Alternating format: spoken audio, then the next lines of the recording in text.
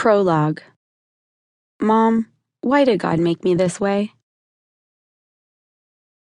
It happened 2 years ago, but I still remember it like it was yesterday. In his Batman zip-up pajamas and with his chin quivering, 5-year-old Ryland stood in the doorway of his bedroom, his face streamed with tears as he looked up at me, struggling to understand why he'd been the kid chosen to walk such a difficult road. It's amazing how one question can hold the power to change everything in your life. It was profound in its simplicity, and the most incredible part of it was the fact that it came from a toddler.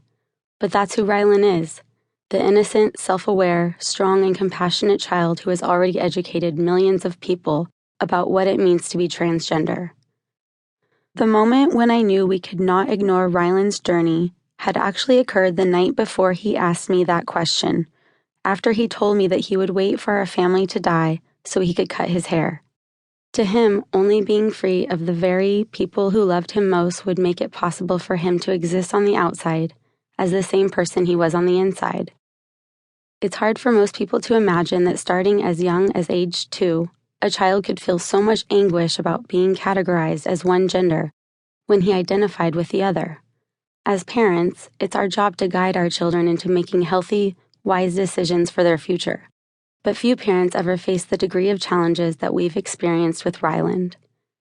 As devastated as we were to get the diagnosis that our child was deaf just after his first birthday, no one could have prepared me for the news that this same child, my little Ryland, was also transgender.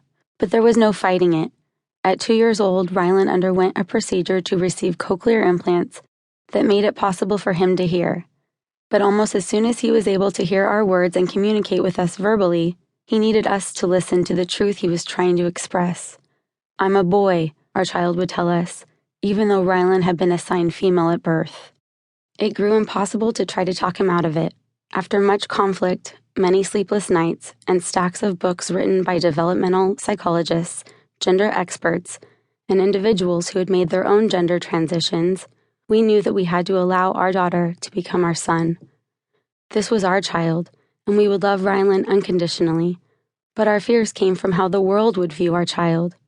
Wearing external devices on each ear that made it possible for the cochlear implants to do their job, Ryland was already visibly different.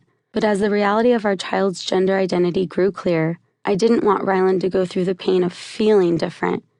As his mother, when I read the statistic that 41% of transgender people attempt to take their own lives by age 20, I felt speechless, but it ignited a certain empowerment in me. Prior to that, I'd been lost, but now I had direction. I would not lose my child this way, even if it meant sacrificing my marriage to the man I loved, Ryland's father, Jeff. Through it all, however, we remained together, and Ryland's knowledge of who he is never wavers. This is part of what many people find so lovable and admirable about him. Raising Ryland is our story of raising a child who lives with not one, but 2 factors that have threatened to make him an outcast in today's world. Primarily, this book chronicles our journey as a family with a child who has voluntarily stepped up before the public in an effort to bring understanding to the plight of the 700,000 Americans, plus those unknown numbers of people who are transgender like him. Our goal in writing this book is to let them know that they are not alone, and that there is love here for them. We're also eager to bring more understanding about this topic to all families, teachers, and individuals who are open and even interested to learn more about it.